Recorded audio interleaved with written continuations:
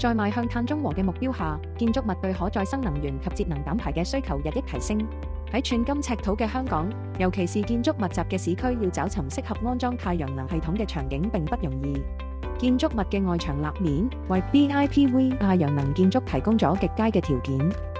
寶軒酒店 BIPV 太陽能發電建築系統安裝咗947件太陽能玻璃喺大廈嘅5至19樓嘅3個立面，系統容量80千瓦，預計每年發電量24,800度電。太陽能發電玻璃採用碲化鎘玻璃沉積技術，喺玻璃基礎上形成高效發電層，既保證發電效能，亦可調節玻璃透光度配合建築設計需求。系統安裝方面，以組裝合成嘅原則，所有太陽能玻璃經過檢測後，喺組裝工廠預先安裝成為幕牆單元件，再送到地盤安裝，減少工地安裝時間、建築廢料，提升安裝效率與質量。寶軒項目係一個好好嘅示範，佢證明咗喺一個高密度嘅城市入邊，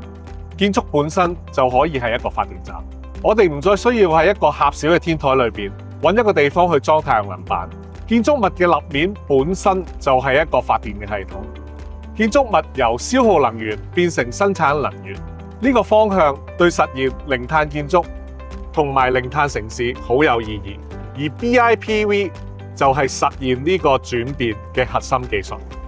BIPV 可以無縫咁融入玻璃幕牆嘅系統中，既可以保持咗建築外觀嘅完整性，亦都可以生產再生能源。